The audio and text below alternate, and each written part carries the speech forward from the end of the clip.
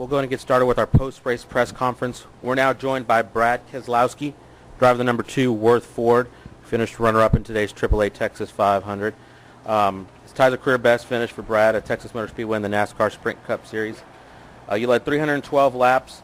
You're now 6th in the chase. Just talk about those last laps as Jimmy made that move up to the front. Yeah, it was a good race at the end, and we led a lot of laps, a lot to be proud of, and came up one spot short, which is unfortunate, but still we had a great day. Just one step short of having the awesome day we needed to have, but we know if we keep running like we have the last 2 weeks that we'll win races, and we need to win the next 2, and I understand that, but I think we have a great opportunity to do it as well.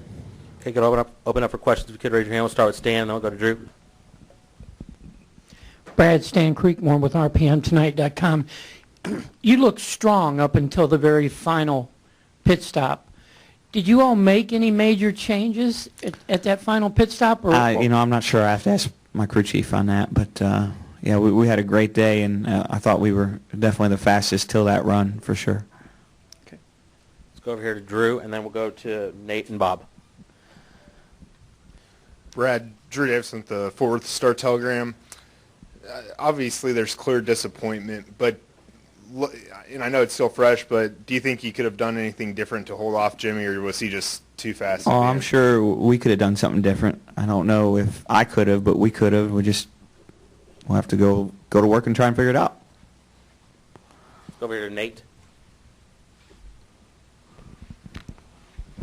Nate Ryan, NBC Sports. The way the points are situated now for you and Joey, it's pretty much one or the other, it looks like, at Phoenix. Is that going to make it tougher? Does that make this harder to swallow that if you win this, if it gets in? Yeah, I don't know. I haven't really had enough time to look at that to digest it, Nate.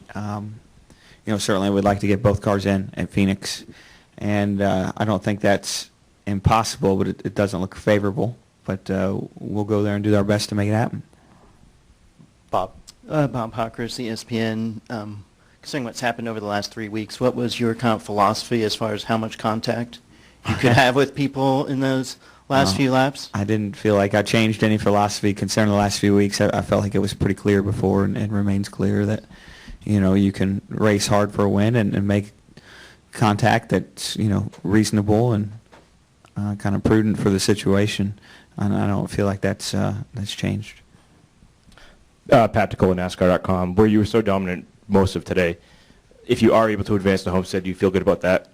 Yeah, exactly. I mean, as strong as we ran today, if we can carry that over to Homestead, good Lord, watch out. So, we know we need to win the next 2 to win the championship. The good news is we have that opportunity, and that's the way I look at it. Let's go Mike, and then we'll go back to Bob. Mike Embry, USA Today. You in the 78 barely touched there when you were racing late, and did that have any impact on the rest of the race at all for you? Yeah, I don't know. It certainly is never helpful when you make contact with another car, to your own car or theirs. As far as whether it hurt my car or not, I couldn't answer that. Let's go back to Bob, and then we'll go up to the press box. Bob Hawkers, ESPN. Do you feel like you kind of lost this one, that you let it slip away, and just Yeah, I'm not sure exactly how to feel about it at the moment. The 48 car had so much speed them last 10 laps that, as I sit right now, and maybe I'll change my mind, I don't know what I would have done differently or could have done differently. So, does that change maybe your level of disappointment? Certainly, yeah. There's always something you can do better, but not knowing what that might be at this moment makes it a little bit easier to digest. Let's go up to the press box. Wolfgang Monzer from Germany, Ranchburg Press Agency. Brad, 2 questions for you. Number 1, when your teammate Joe Logano had this tire problem very early in the race, you were maybe getting nervous or afraid maybe similar things could happen to you? And sure. Did you also speak to your colleagues from the 22 car? What exactly caused the tire problem?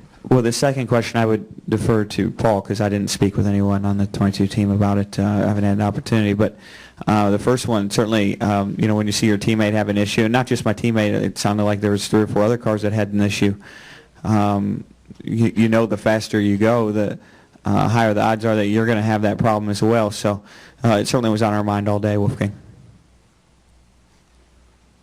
Let's come back down here. Right there. Stu Myrick, Austin Radio Network, and 104.9 The Horn. Kind of going on that, it looked like you had a pretty clean race as far as no tire issues. Pit stops were pretty clean with the exception of that last one. Talk about how proud you are of your crew. Got you almost to the end.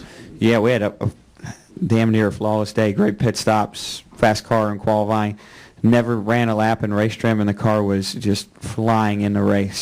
So, you know, my team, I feel like, did an excellent job all day long and has a ton to be proud of. Any additional questions? Brad, thank you very much. Thanks, guys.